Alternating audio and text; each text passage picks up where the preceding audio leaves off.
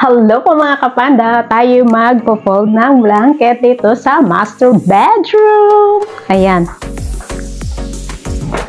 Tayo maglilinis na ng kwarto nila. Alam niyo anong oras na? Mag-aalas 5 ng hapon.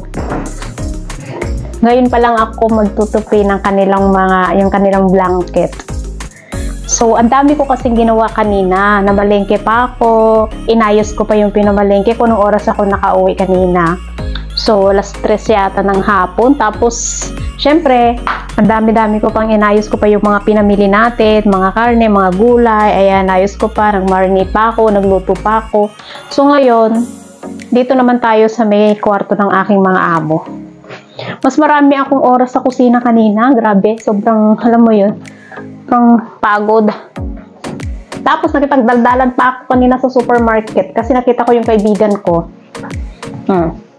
Tapos may nag-premiere. Bulsa ko siya. sabay nakikipagdaldalan ako, guys. Ayan. Basta may nakita akong mga kaibigan ko doon. Ay, naku, wala na si Panda. Nasabit na naman, na-traffic na naman, ganyan. Kaya ito, nagmamadali na. Hindi pa ako natutulog. Mamaya mamalingke. Magpa-plancha pa ako. Dami kong planchahin. Grabe. Siguro ilang araw akong hindi nag-plancha. Dati kasi araw-araw ako nagpa-plancha. Sabi ko, ay, sige na nga. Alternate na lang. Pag may time lang, ganyan. Kaso lang, syempre, ang dami. Ngayon kasi, sobrang dami ng ginagawa ko. Kaya yan, sabi ko, saka na lang. Hanggang sa natambakan na ako yung planchahin ko. Tambak natin. Anyway, mektos ko lang ba yun? Hindi naman masyadong arte yung mga amo ko.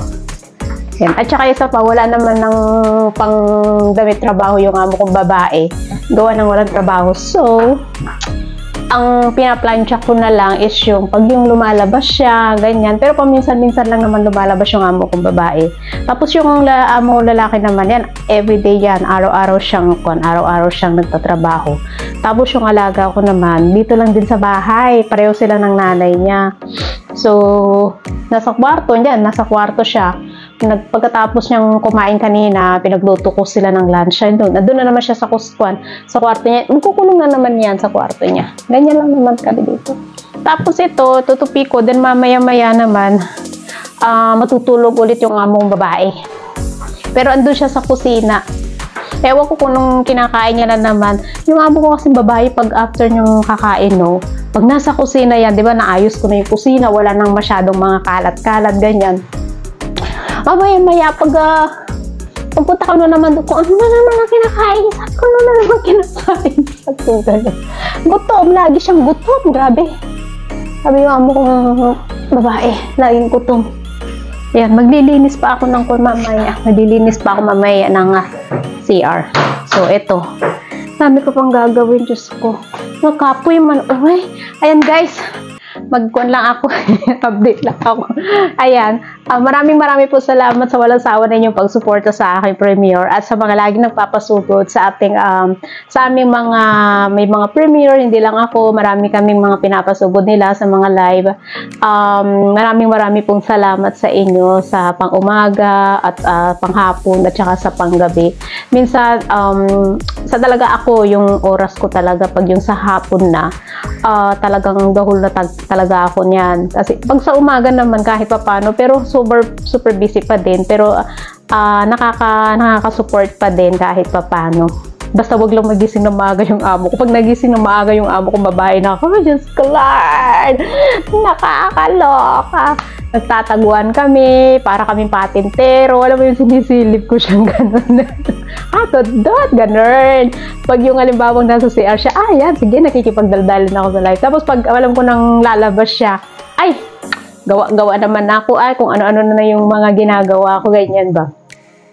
So, nasanay na rin ako na nandito yung amo ko. Matagal na siyang walang trabaho. Noon kasi, ako lang dito sa bahay. Kasi yung alaga ko naman nag-aaral. So, ngayon, hindi na siya nag-aaral. Tapos na siya, pero walang trabaho. Walang trabaho itong alaga ko talaga. Ewan ko, basta yung first na, nagdaldal na ako guys. Basta yung first na nagtrabaho siya. Wala pa kayang 1 taon. Siguro ang pinakamatagal na nagtrabaho tong alaga ko is 6 na buwan. Then, after that, hindi na. Since then, hindi na siya nagtrabaho. Nandito lang siya sa bahay. Nag-iisang anak. Bining-baby kaya nila. Yung alaga ko. Ayan, ito pa. Pumutang ang aking amo. Ayan, marami po salamat. Sige, tutuloy ko muna itong ating trabaho. Marami pa akong gagawin. Maraming po salamat sa inyo lahat. And God bless. I love you all. Mama chup chup.